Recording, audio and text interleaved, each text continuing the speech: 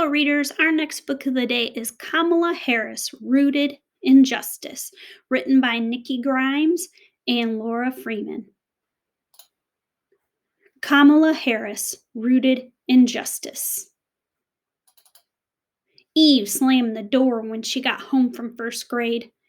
Eve, you know we don't slam doors in this house, her mom said. What's going on? Teacher asked what we wanted to be when we grow up, and I said president. And Calvin said, girls can't be president, stupid. Well, he's wrong, said her mother. Girls can grow up to be president. In fact, a girl from right here in Oakland hopes to be president one day.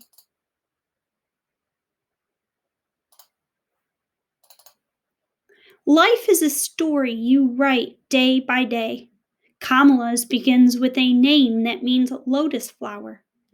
See how her beautiful smile opens wide, like petals fanning across the water's surface. But you don't see the flower's roots, her roots. They grow deep, deep, deep down. Let me show you.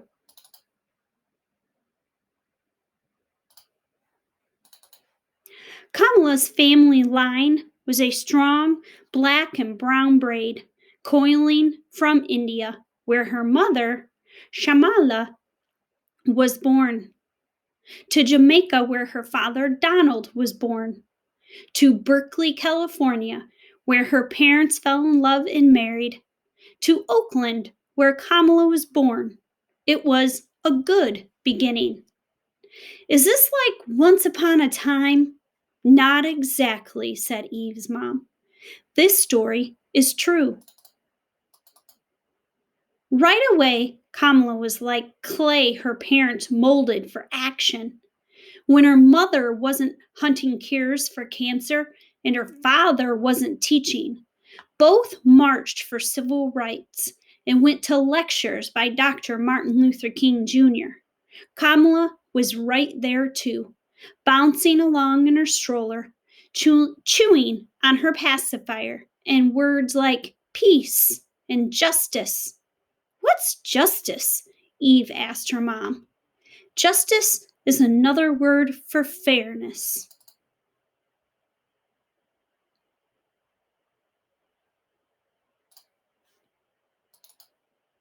Once, when tiny Kamala was fussing, her mother couldn't figure out what was the matter. What do you want, little girl? She asked. Freedom, said Kamala, and a waterfall of laughter sputtered from her mother's mouth. At demonstrations, marchers often chanted, What do we want? And the answer was always, Freedom! Little Kamala had been listening. Kamala's baby sister, Maya, screamed her way into the world when Kamala was 2. In no time, the sisters were having faraway adventures together, like visiting their grandparents in Zambia. Grandfather P.V. Goplin was a senior diplomat there. He had once fought for India's independence. His wife, Rajam, Kamala's grandmother, fought for the rights of women. Little by little, on these visits, Kamala and Maya learned that fighting for justice ran in the family.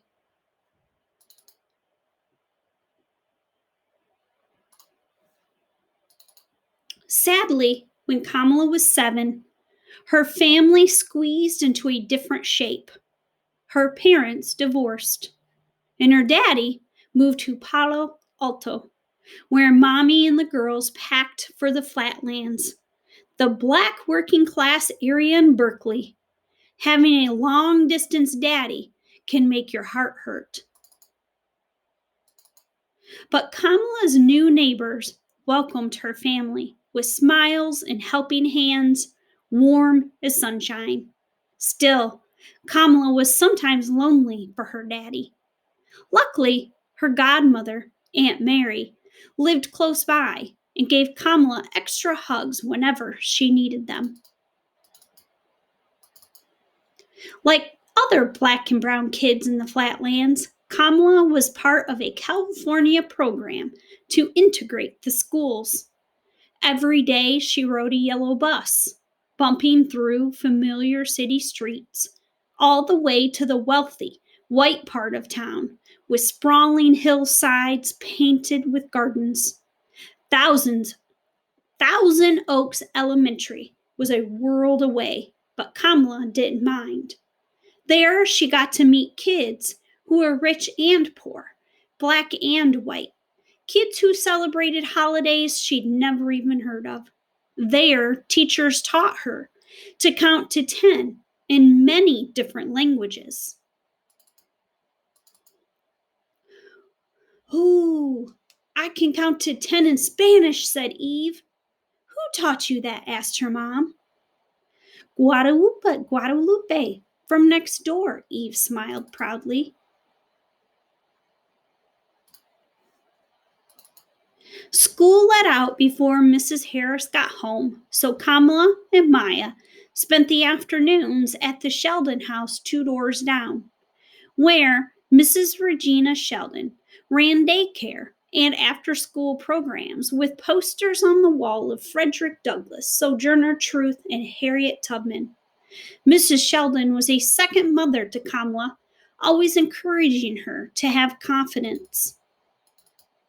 Once Mrs. Sheldon bit into a lemon bar Kamala had made all by herself, accidentally using salt instead of sugar.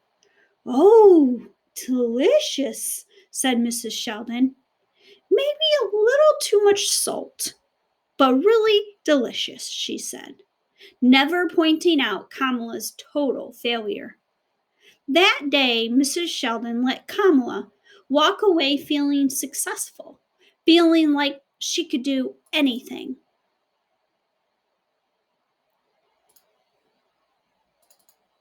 After school, Kamala's days bulged with busyness. She had homework, piano lessons, ballet classes, and Barbie playtime.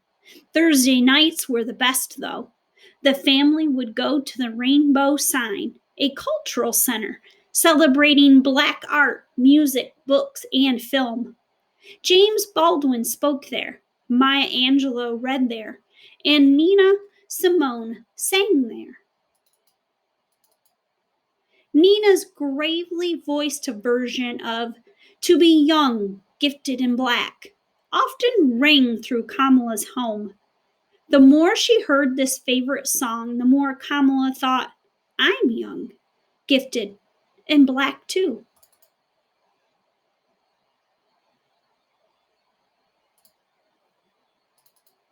On Sundays, when they weren't visiting their father, Kamala and Maya rocked from side to side at the 23rd Avenue Church of God, where they tapped tambourines and sang as part of the children's choir.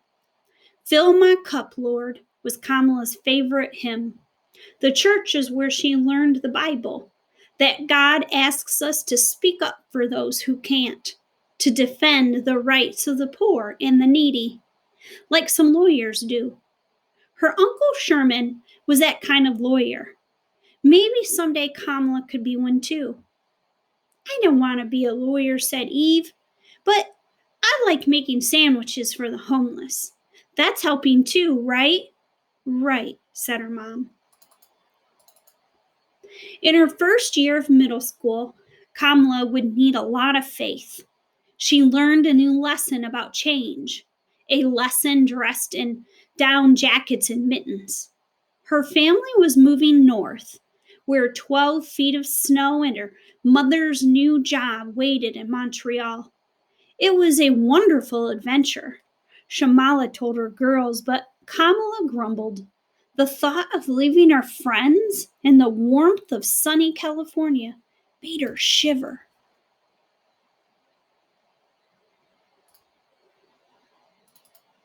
It was February, and Montreal, robed in winter's sparkling white, felt like it had ice in its veins. Kamala couldn't stop shivering. Where she at? Their new neighbor spoke French, a language Kamala's mother insisted her daughters learn.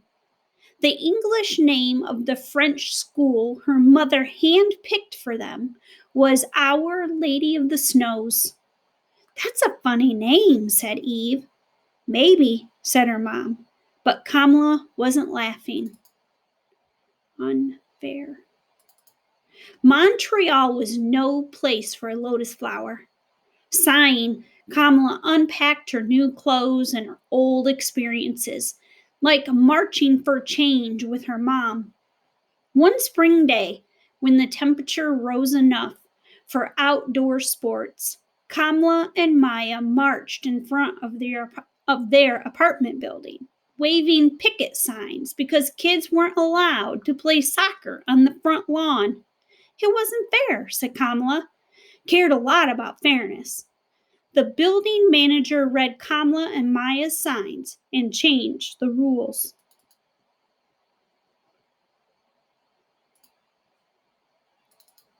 Kamala adjusted to life in Canada, but memories of her home country still rang her heart like a bell.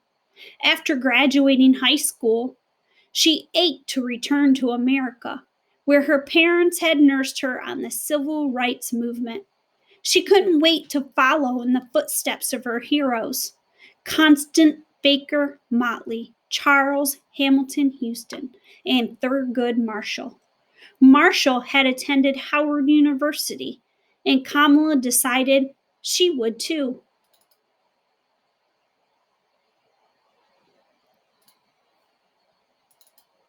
On her first day at Howard University, Kamala turned this way and that, smiling at the faces of students from America, Africa, the Caribbean. It was Thursday nights at the Rainbow Sign all over again, where everyone in the room was black like her. They reminded her of home and the people she wanted to help, the people she wanted to fight for. This university would begin to teach her how. Howard seemed like a perfect place to run her very first campaign. It was for class representative of the Liberal Arts Student Council. Her competition was tough, but so was Kamala. Every day between classes, she passed out flyers in the campus yard and told any students who listened why they should vote for her. When the last ballot was counted, Kamala came out the winner.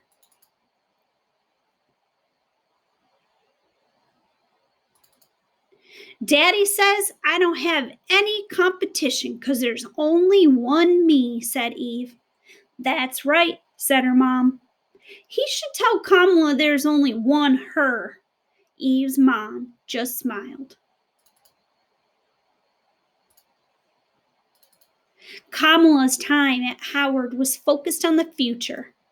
She competed on the debate team to sharpen her speaking skills.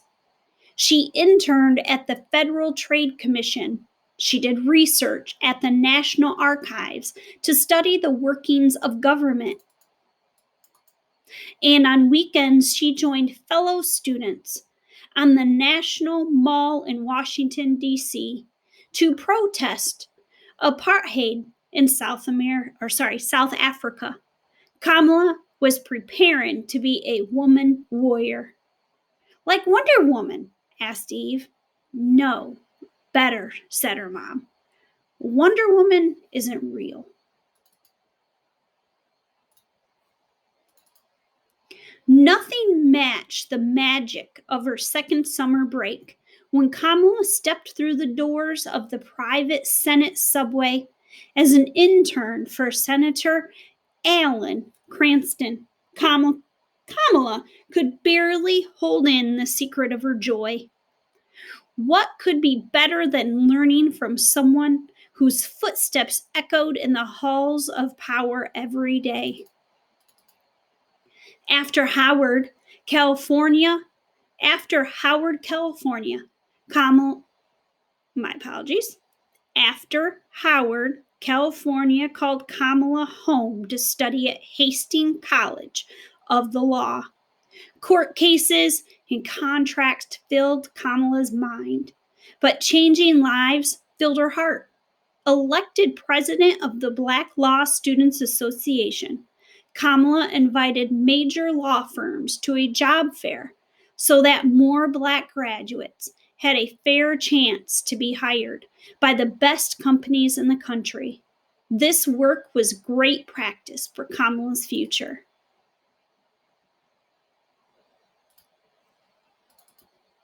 Graduating law school meant there was one more exam to take, the California bar. Without passing it, Kamala could not practice the law. She didn't pass, which taught Kamala something new: failure. It is the toughest teacher, but it can also be the best because it makes you dig down deep and try harder. On the second try, Kamala passed. If at first you don't succeed, said Eve's mom. Try again, finished Eve.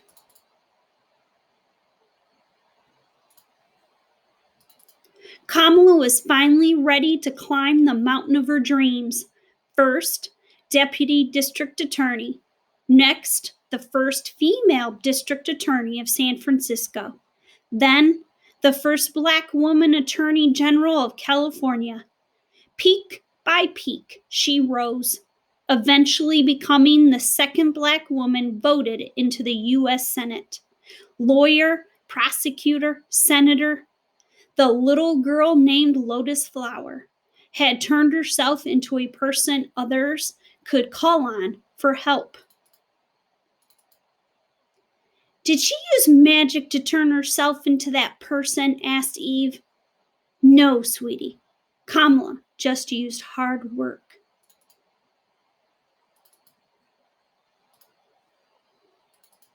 As senator, Kamala fought for laws to help workers earn more money, joined the Women's March on Washington for equality and civil rights, and telephoned lawyers to help immigrant children who came to America looking for some place safe to live.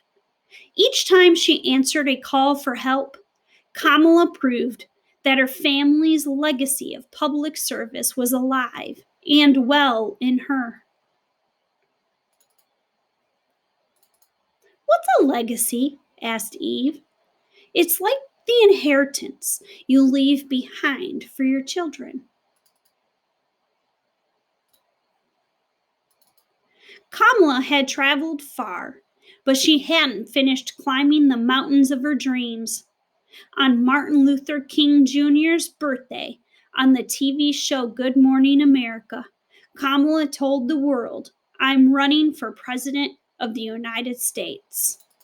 Senator Kamala Harris, live on GMA. She immediately got goosebumps wondering if Shirley Chisholm, the first Black woman to run for president, was smiling down from heaven that very moment.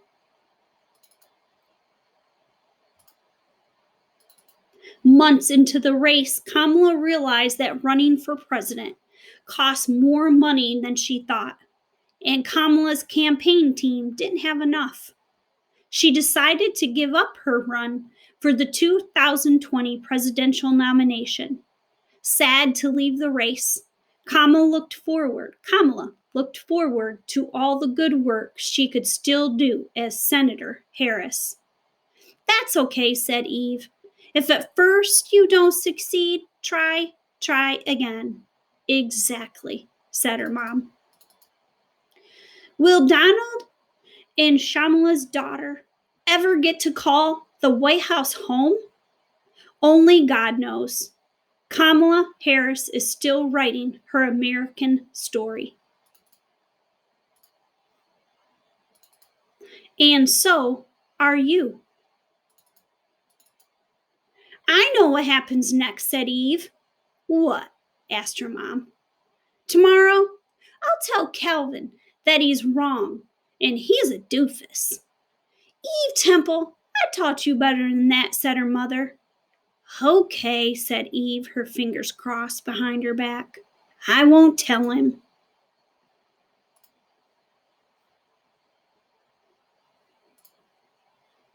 And boys and girls, Kamala Harris, if you are unaware, made that dream come true, being our first woman vice president.